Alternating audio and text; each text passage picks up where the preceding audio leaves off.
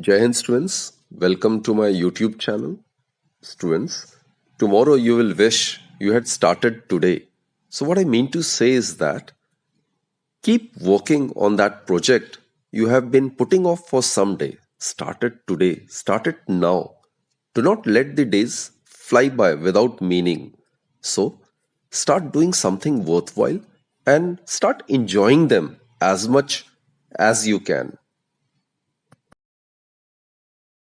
With that positive note, students, let's begin today's session. Today, we are going to consider a typical example of SHM and derive expression for the time period of motion. Right? We will discuss motion of a liquid column in a U-tube. Let us consider this to be a U-tube of uniform cross-section area A. Suppose A is the uniform cross-sectional area of the two limbs, and suppose this U-tube contains liquid of density rho, say up to height h. This is the height h up to which the liquid is filled, right, in each limb as shown in this particular figure. Students, this figure, it shows the static equilibrium position of the liquid column. Suppose that the liquid in the left limb is depressed through a distance AA dash, which is considered to be y. Now, as a result of this depression of the liquid through distance y, in the other limb, the liquid will rise by an equal amount. That is BB dash, that is again BB dash would be equal to y, right? So, the difference in the levels of the liquid in the two limbs would be y plus y. So, it will be equal to 2y. So, the weight of the liquid column of height 2y, which is equal to the difference in the levels of the two liquid in the two limbs, will provide the restoring force. This weight of this liquid column of height 2y will provide the restoring force, right?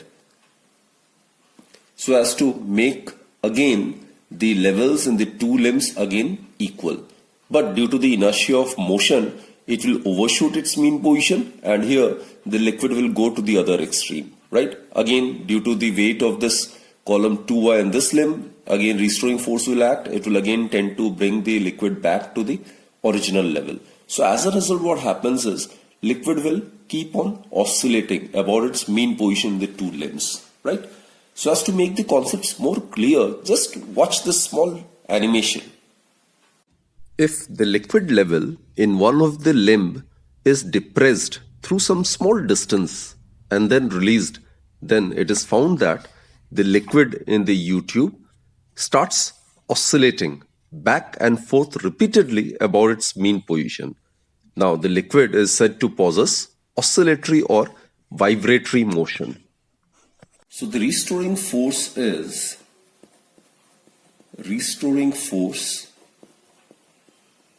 it is equal to minus of weight of the liquid column of height 2y. Now, why we have assigned this negative sign? It's pretty clear, students. The restoring force, it will always act in a direction opposite to that in which the displacement of the liquid column in limb B increases, right? So here, this is the mean position, isn't it? So the displacement will increase along this direction, but the restoring force is acting in the opposite direction. Always remember, students, displacement is always directed away from the mean position, while restoring force is always directed towards the mean position. So, due to the opposite direction of the restoring force and the increase in the displacement, this negative sign is introduced over here, right? Okay, now let's find the expression for the restoring force. Now weight is equal to m into g, isn't it? Weight, it's equal to m into g. Now mass is equal to volume into density. So, weight of the liquid column, it would be equal to the volume of the liquid in the column of height 2y.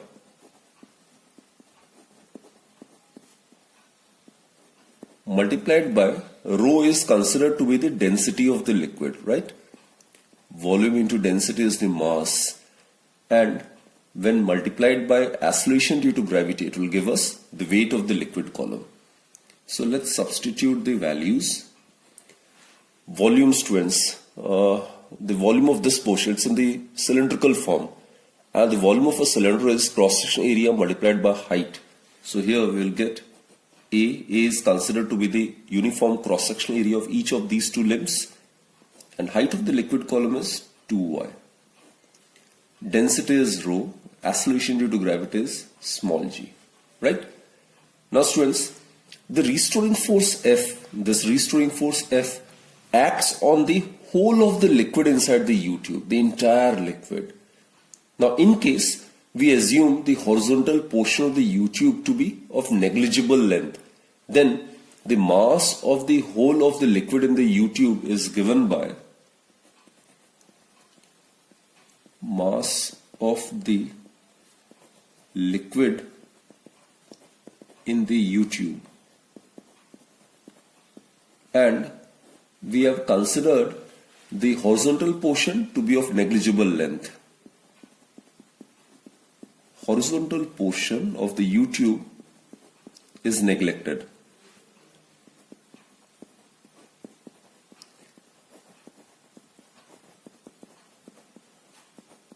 So basically we are considering long U-tube with very small horizontal section. So the horizontal section, if we neglect the horizontal part, then the mass of the liquid, it would be given by, now the volume of each of the limb would be equal to A into H, isn't it? So there are two limbs, so it will be twice AH. This is the volume of the entire liquid, and when multiplied by density, it will give us the mass of the entire liquid in the U-tube. Remember students, we are considering the length of the U-tube to be very large as compared to the horizontal section. So horizontal section is neglected, right? So if the restoring force produces an acceleration A in the motion of the entire liquid, then the acceleration of the liquid is given by acceleration of the liquid in the U-tube is given by restoring force divided by the mass of the liquid, isn't it? Mass of the entire liquid contained in the U-tube. So restoring force is minus A into 2y into rho g divided by mass of the entire liquid is twice AH rho. So what we are left with is AA get cancelled, right? Rho get cancelled, 2 get cancelled. So we are left with minus G by H into Y, right? So it can be also written like this: A is equal to minus G by H into Y. Now Y is the displacement from the mean position, isn't it? So it's pretty clear from this that the acceleration of the liquid in the U-tube is directly proportional to its displacement, and the negative sign is indicative of the fact that the acceleration is directed towards the mean position. Therefore, students, it satisfies both the conditions required to execute SHM. Therefore, whenever the liquid is depressed slightly and released, then what happens? It starts executing oscillatory motion. It starts executing simple harmonic motion. So that is what we have proved over here. The time period of SHM is given by T equals to 2 pi square root of displacement divided by acceleration. Here we have considered the displacement to be y and acceleration is a. So here y by a is equal to h by g. Obviously in magnitude. We have discussed the significance of the negative sign, isn't it? So substituting the value of y by a over here, we get the time period of the liquid in the U-tube is t equals 2 pi square root of h by g. So this is the expression for the time period of the motion of a liquid column in a U-tube. H is the original height or the level of the liquid in the two limbs of the U-tube when the liquid is in the static equilibrium position, right? G obviously is the acceleration due to gravity. The important point to be noted is that while deriving this formula for the time period, we have considered the horizontal portion of this U-tube to be negligible. So students, it follows from this expression that the time period of the motion of the liquid column is independent of the area of cross section of the limbs of the U-tube, and also it is independent of the density of the liquid. Now students, we will discuss another typical example of SHM, and it's a hypothetical one, it's an imaginary one. So what we are going to study is, we are going to study the motion of a body which is assumed to be dropped in a tunnel along the diameter of the earth. So before we start the mathematical part, let us watch this animation. Let us consider Earth to be a sphere of radius r and center O. Let us assume a straight tunnel is dug along the diameter of the Earth. Imagine yourself to jump into this straight tunnel which is dug along the diameter of the Earth. If you look at the shape of the Earth, you will see that there is not only matter right below you, but there's also matter to your left and to your right. So, why aren't you pulled to the side? Well, it's simple. The gravitational components just left and ones to the right pull in opposite directions. They will therefore cancel out each other. All that remains is a component pulling you downwards. And hence, once you jumped into this hole, you will fall down into the earth towards its center, accelerating as you go. But what happens when you reach the center? At the center, we have mass to the left as well as mass to the right. So the components will cancel out. Furthermore, you will experience the phenomena of weightlessness. That is, at the center, the value of acceleration due to gravity is 0. At the center, actually, there are no forces pulling you in any direction. As you crossed the center, there will be more matter behind you than ahead of you, and gravity will act against your motion, and you will decelerate, that is, slow down. And your velocity reaches 0, exactly the same height at which you jumped in, but at the opposite side of the earth. The same process will repeat itself over and over again. Hence, when you jump into a tunnel through the earth, then you will oscillate back and forth along the tunnel indefinitely. This is actually the example of simple harmonic motion.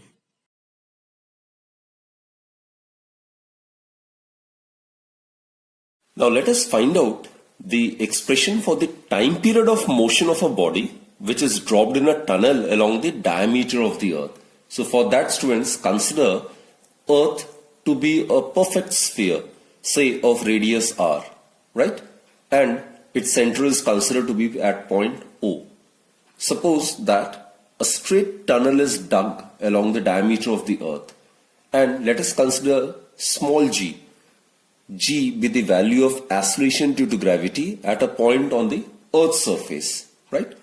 Further, students, let us assume that a body of mass, maybe small m, is dropped into this tunnel, and at any instant, suppose that body of mass m is at point P, right, which is at a depth d below the surface of the earth. Now here at this point, suppose the acceleration is g dash. We are aware, students, the acceleration due to gravity, it varies with the depth. With the increase in the depth, the value of acceleration due to gravity keeps on decreasing, and eventually at the center of the earth, the value of acceleration due to gravity is 0. At the center of the earth, the value of acceleration due to gravity is 0. This we have already verified in the unit of gravitation, right? So what we have assumed is, we have assumed a body of mass m to be dropped into the tunnel, and at any instant at point P, suppose the body is at a depth d below the Earth's surface, and here at point P the value of acceleration due to gravity is g dash. G dash is obviously less than g, right? So students, we have assumed g dash to be the value of acceleration due to gravity at point P. Now at point P, the value of acceleration due to gravity, that is g dash, it is given by minus g 1 minus d by r. This is the formula which we have derived in the unit of gravitation, right? So the negative sign suggests that the acceleration is always directed towards the mean position, right? And students, this negative sign is also indicative of the fact that as the value of d, which is the depth below the Earth's surface, increases, the value of acceleration due to gravity decreases, and eventually at the center of the Earth, where the value of small d is equal to r, which is maximum, the value of acceleration due to gravity at the center becomes 0, right? So here let us consider this to be the displacement of this body from the center of the Earth, which can be considered to be y. So students, suppose y is the distance of point P from the center of the Earth. That is, if y is the displacement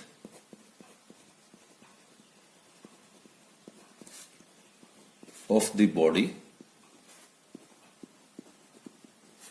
from the center of the Earth, which will act as a mean position.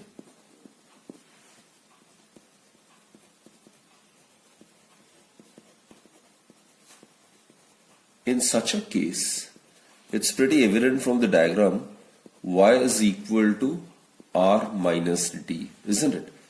Therefore, this equation becomes g dash, it's equal to minus g by r into y. What to do is, we can represent it like this also. Taking r as LCM, in the numerator will be left with r minus d, isn't it? R minus d is y.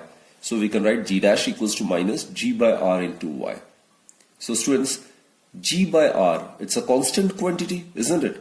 Therefore, the value of acceleration due to gravity at any point, that is the acceleration of the body at any instant, is directly proportional to the displacement of the body at that instant, and is directed towards the mean position, that is the center of the Earth. So even when the body, due to the inertia of motion, overshoots this mean position and go to the other side, then also the gravity will act always towards the mean position, like this.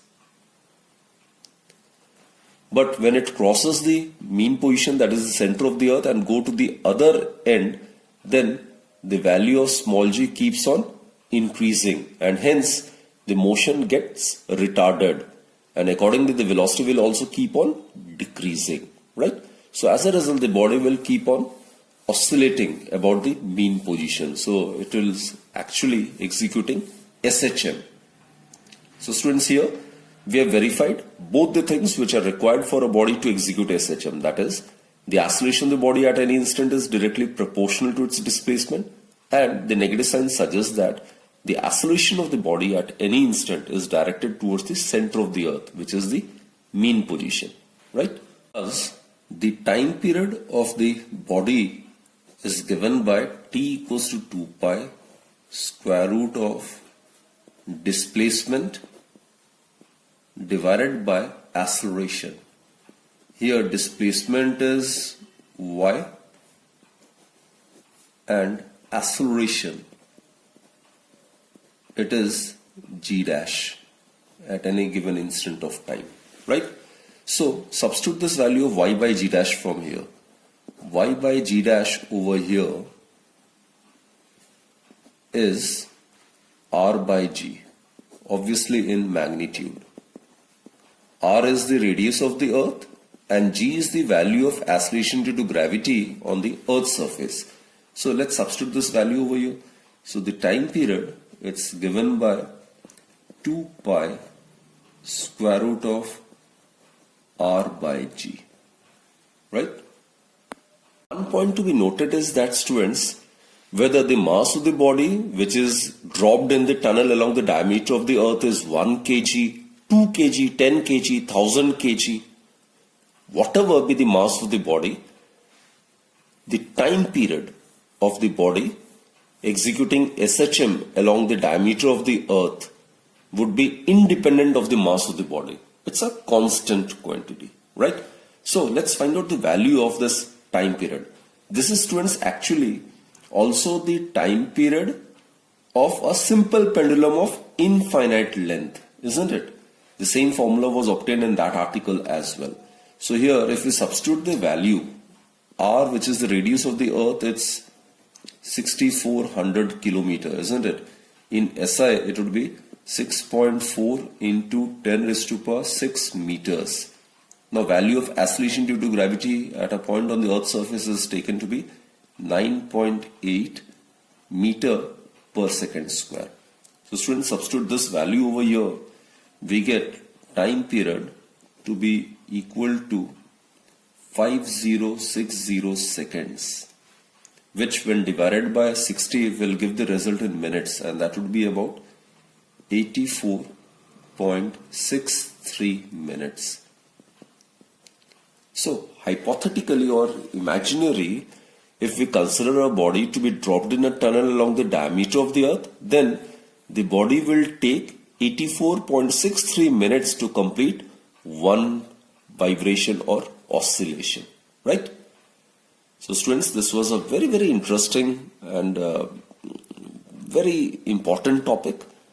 So we'll conclude this session, and do join me in my next lecture to discuss some other typical examples of SHM. Till then, do take very good care of yourself and keep watching my videos. Thank you.